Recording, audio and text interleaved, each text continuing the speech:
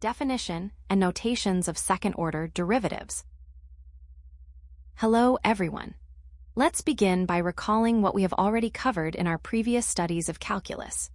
You will remember that when we find the derivative of a function, which we denote as y equals f of x, we are essentially calculating the rate of change of y with respect to x. This initial process of differentiation is what we call the first-order derivative.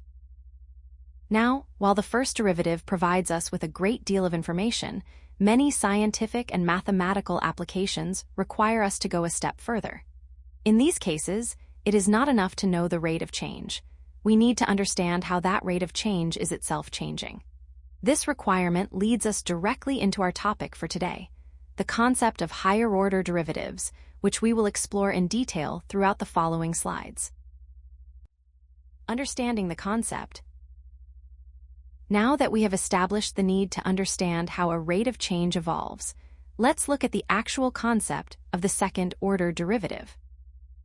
Suppose we have a function, y equals f of x. If this function is differentiable, we can find its first derivative, which we denote as f prime of x or di dx. It is important to realize that this first derivative is not just a single value, but is, in itself, a new function of x.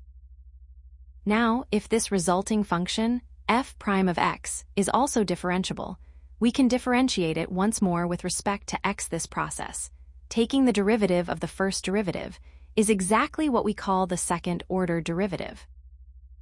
To ensure this is clear, let's break the process down into 3 simple steps.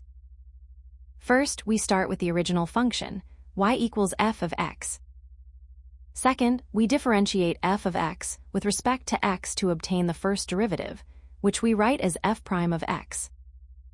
And third, we differentiate that first derivative, f prime of x, with respect to x once again to obtain the second derivative, denoted as f double prime of x. Once you are comfortable with this logical flow, you will find that there are several different ways to write these operations. In the next slide, we will explore the various mathematical notations used to represent these derivatives. Mathematical notations. Now that we have established the process of differentiating a function twice, let's look at how we actually write this on paper.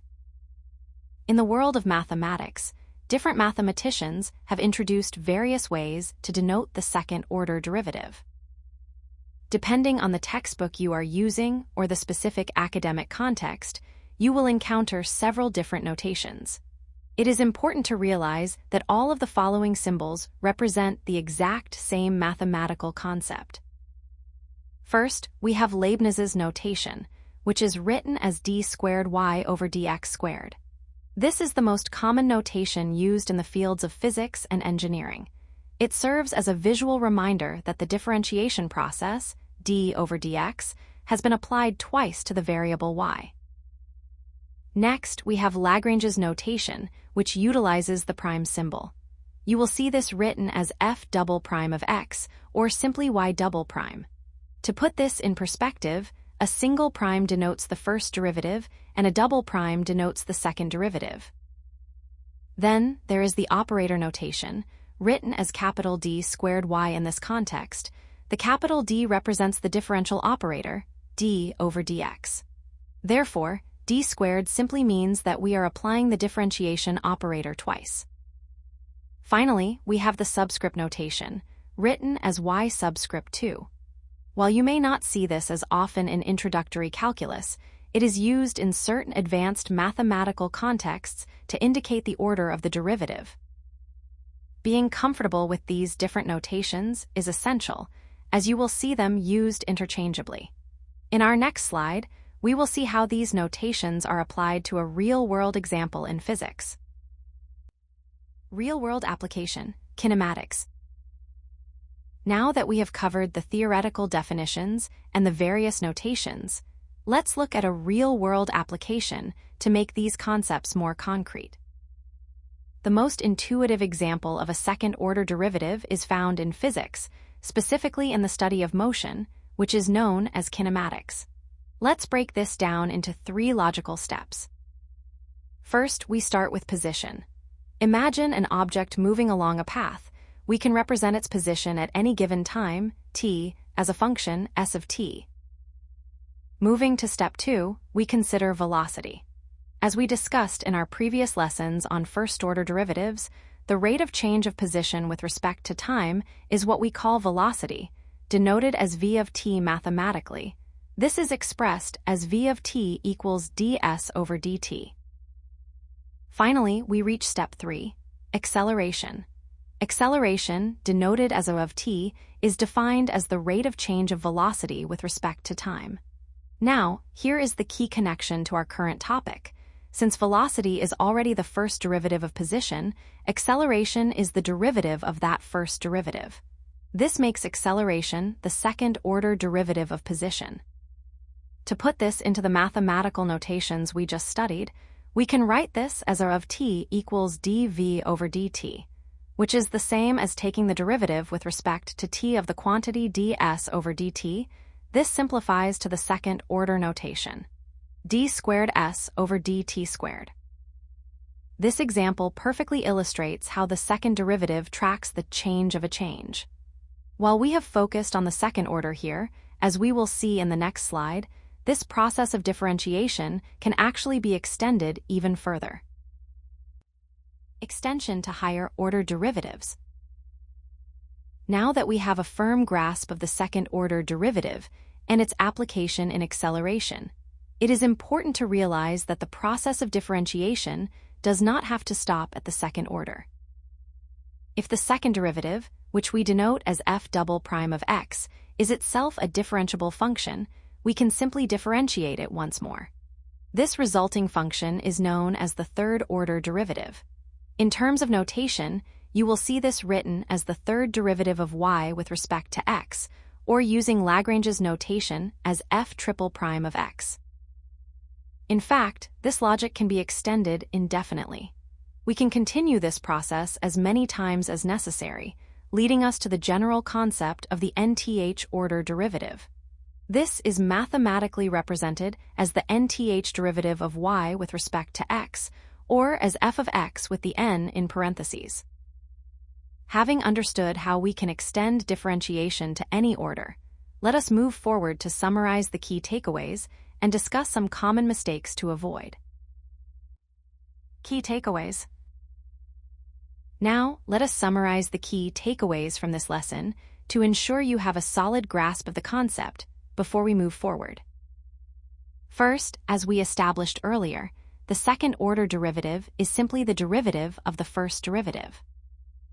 To put this in a more conceptual way, since the first derivative represents the slope of the original function, the second-order derivative measures the rate at which that slope is changing.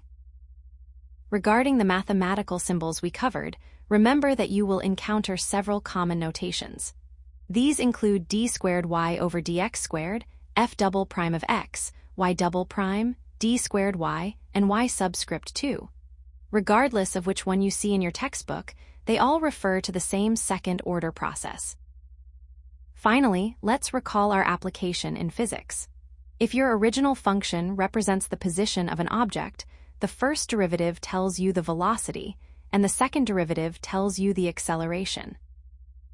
Now that we have summarized the definitions and notations, it is crucial that we discuss some common mistakes to avoid, so you don't fall into these typical traps during your calculations. Common mistakes to avoid. Now that we have covered the definitions, the various notations, and the practical application in kinematics, it is crucial that we discuss some common pitfalls. Let's look at slide 7, where we highlight common mistakes to avoid. First, let's address a very frequent point of confusion regarding notation and powers. It is quite common for students to mistake the notation for the second-order derivative for an algebraic square. Please take a close look at the difference here. When you see d squared y over dx squared, this is a specific mathematical symbol that simply means you must differentiate the function twice. On the other hand, if you see the quantity di over dx, all enclosed in parentheses and squared, this means something entirely different. In this case, you are required to find the first derivative first, and then square that resulting expression. I cannot stress this enough. These are two entirely different mathematical operations. One is a process of repeated differentiation, while the other is an algebraic power. Secondly, let's talk about the chain of differentiation. Sometimes, in an attempt to reach the final answer quickly, students try to jump straight to the second derivative. However, as we established in our earlier discussion on the concept, the second derivative is defined as the derivative of the first derivative. Therefore, the golden rule here is to always calculate your first derivative, di over dx, with complete accuracy before you proceed to find the second derivative, d squared y over dx squared. If the first step is incorrect, the second derivative will inevitably be wrong as well.